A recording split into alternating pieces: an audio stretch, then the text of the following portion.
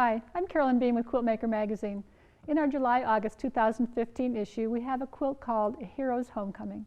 This quilt was designed by Janice Averill and features 6 beautiful batiks. We have 2 red batiks, 2 dark blues, and 2 very pale light blues.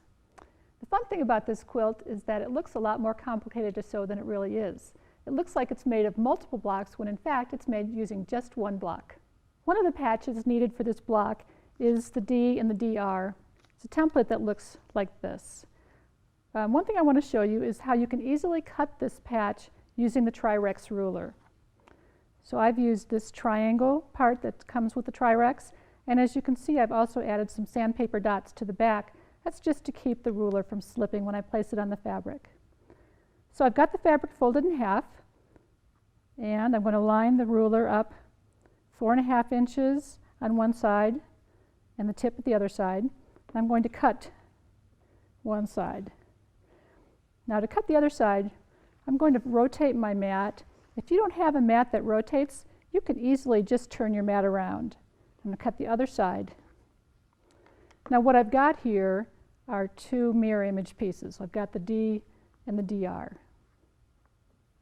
And you can continue cutting up and down this strip of fabric by lining up, again, the 4.5 on the end, line right here on the side, and then I'm going to go ahead and cut the next 2 pieces.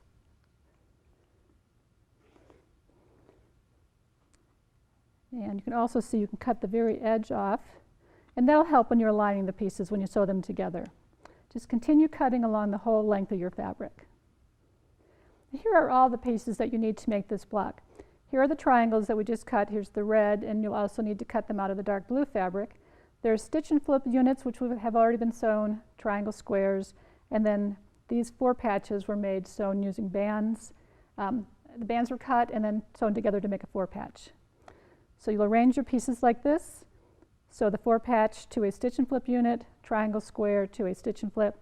You'll sew these together by lining up the edges like so. Sew this together, and then when you sew the whole block, you'll sew these 2 together, these together, and you've got this one already sewn.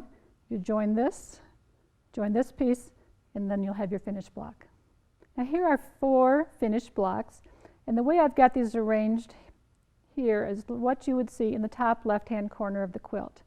The fun thing about this quilt and these blocks is that there are multiple arrangements that you can create using these different blocks. I'd like to show you 6 of these right now. So here are 6 different arrangements that you can create using these blocks. You can get zigzags across the quilt, diagonal lines with your blocks. You can form a design radiating out from the center. I mean, lots of possibilities. One thing you could try is to use your design wall or the floor to play with your own block arrangements and see what you can come up with also. You can follow the link below to download the free PDF of these different block variations. You can find the pattern for A Hero's Homecoming in the July-August 2015 issue of Quiltmaker. Go to quiltandsewshop.com to purchase a kit for this pattern using these fabrics. You can also purchase the backing and a digital pattern. If you like this video, give us a thumbs up, share it on social media, and subscribe to our YouTube channel. Thanks for joining me.